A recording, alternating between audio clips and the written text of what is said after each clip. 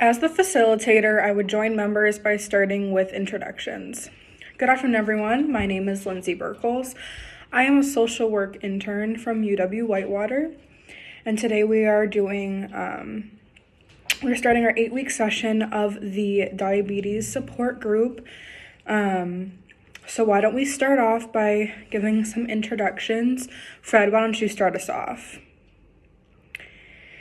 Perfect. So this group is necessary for our development in supporting yourselves and one another in your journey with type 2 diabetes.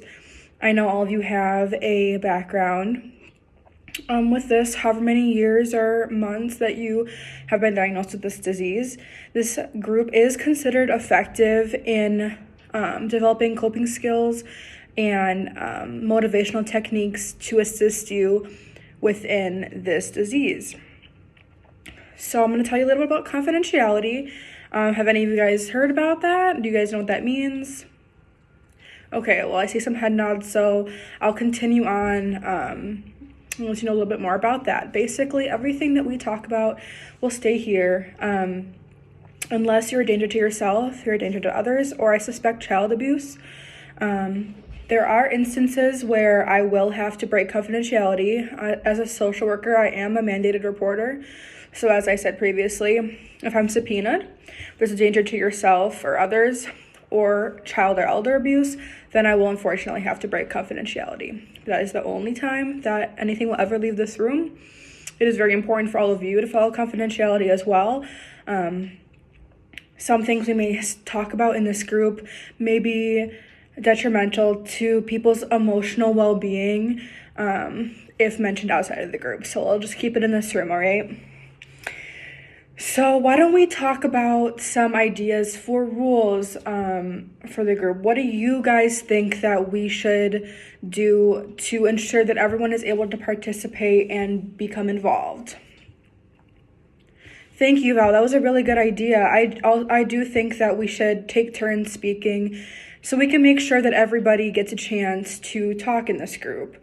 So what I'm going to have us do now is I want all of you to go around the room and I want you to set a very clear and measurable goal for yourself. You know, this group session goes on for 8 weeks, and we obviously want to have some growth in those 8 weeks. So I want each of you to go around the room and discuss a goal for yourself. I don't want it to be too specific, but also not so broad that you can't measure it. So why don't we start with you, Tom, and we'll go ahead and go around the room. All right, these are very good goals that I'm seeing you guys come up with. I think these are goals that definitely are manageable and measurable, and I think that this is a good start. So why don't we just talk a little bit more about why you're here? Why do you feel like you're here? Did someone recommend you? Did you want to be here yourself? Tell me a little bit more about, what you're here for. Okay, thank you, Hannah, for sharing that with me. Aki, would you like to join in? Okay.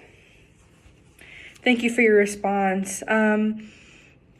That's a very good point, and it's very hard to, balance being a mother and a grandmother and trying to make life better for yourself. It's very obvious that you want to be here, so thank you for sharing.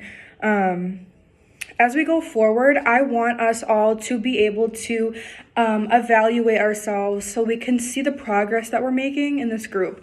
So what I'm going to have everyone do is sort of do a self-log. Basically what that means is that I'm going to have you sort of identify on a scale of 1 to 10 where you feel you are in relation to controlling your disease. So 1, if you have no control over it, you're really struggling, you don't know how to handle it. 10 being it's completely under control, you're healthy, you're managing it, and you know what to do. So each week I'm going to have us re-rate ourselves on that scale, and then at the end we're going to be able to evaluate and see how far we've come as a group. So why don't we go around the room now, and why don't we dive deeper into this group? Why don't we talk about what you want your life to look like with this disease. We all know that you have this disease, but it is manageable. You can obviously live with it long term. So let's go around the room and let's talk a little bit more about how you picture your life to be once this disease is fully managed.